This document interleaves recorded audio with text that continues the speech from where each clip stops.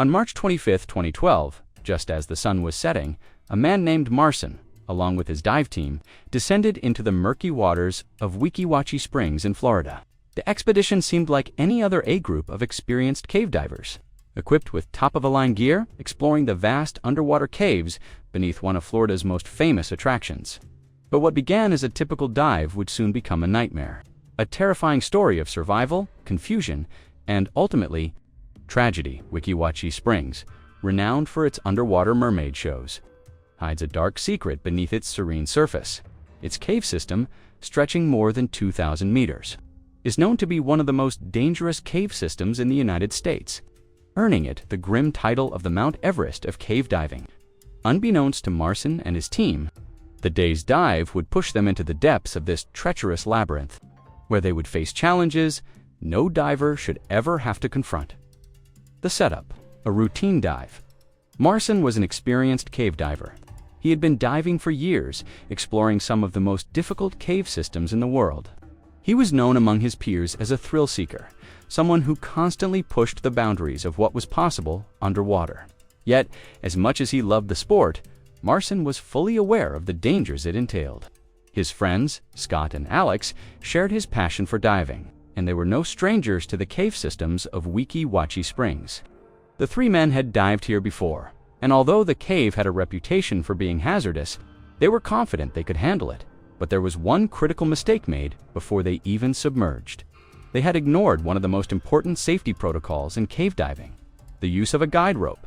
Guide ropes are essential in caves to help divers navigate through tight passages, especially when visibility is limited.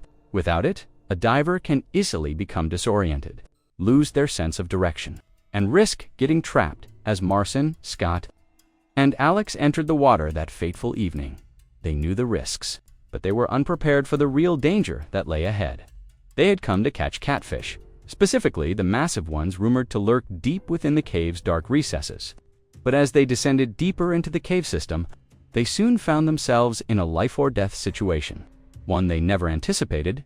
Into the abyss, the moment of panic. The cave was tight and constricted, the air thick with the smell of stagnant water.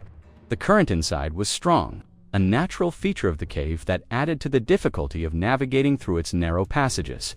As the divers continued, the current grew stronger, making it harder to move. Their path was obstructed by jagged rocks, and the space became increasingly cramped, making it difficult to turn around. Visibility was poor, and they were quickly running out of time and air. At around 100 feet down, they reached a narrow crevice that led further into the cave. Marson, always the adventurous one, decided to push ahead. The others signaled their approval, but something was wrong.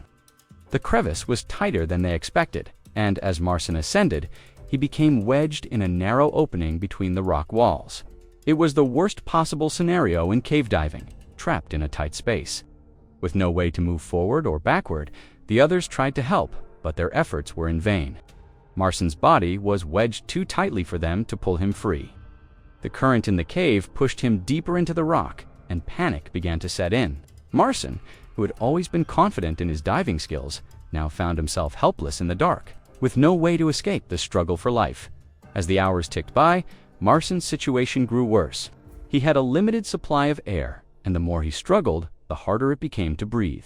His team tried to reach him, but the narrow passageways and powerful current made it nearly impossible to get close. They signaled for help, but time was running out. Every minute that passed increased the chances that Marson would succumb to suffocation. Back at base, the rescue team had already been alerted. However, they were not cave diving certified, and the situation was dire. The lead rescue team believed that Marson was already dead, either from drowning or hypothermia. Despite the odds, one man, Buddy Lane, who had experience in cave rescues, refused to give up hope. He knew that caves like this one were unpredictable, and sometimes even the most desperate of situations could be turned around. Buddy and his team quickly set to work. They lowered the water levels of the cave in an attempt to reach Marson. The decision to lower the water levels was a risky one, but it was their best shot. The hope was that the lowered water would open up air pockets inside the cave, allowing Marson to breathe until help arrived. The rescue, a daring attempt. With the water lowered, Buddy and his team entered the cave. They were prepared to face the same dangers Marcin had faced, but they had one advantage: experience. They knew the cave, and they knew how to move quickly and efficiently in such a hazardous environment. As they ventured deeper into the cave, they called out for Marcin. There was no response. The further they went, the more hopeless it seemed. Then, just when it seemed all was lost, they heard something, a faint, distant voice. Marcin, alive but barely conscious, called out. The team hurried in his direction, desperate to reach him before it was too late. They found him trapped in a small air pocket, his body wedged between the rocks. Despite the hours of panic and desperation, he had managed to survive. But Marcin's ordeal was far from over. His body was severely weakened, and he was close to death. His air supply was nearly gone, and he had been trapped in that small space for hours. As the team worked to free him, Marcin's breathing became labored, and his chances of survival diminished with each passing second. The aftermath: a grim discovery. After what felt like an eternity, Marcin was finally pulled from the cave. His body was limp, and he had lost consciousness once more. Despite the valiant efforts of the rescue team, it was too late. Marcin had succumbed to a condition known as arterial gas embolism, a deadly consequence of rapid ascension while holding his breath.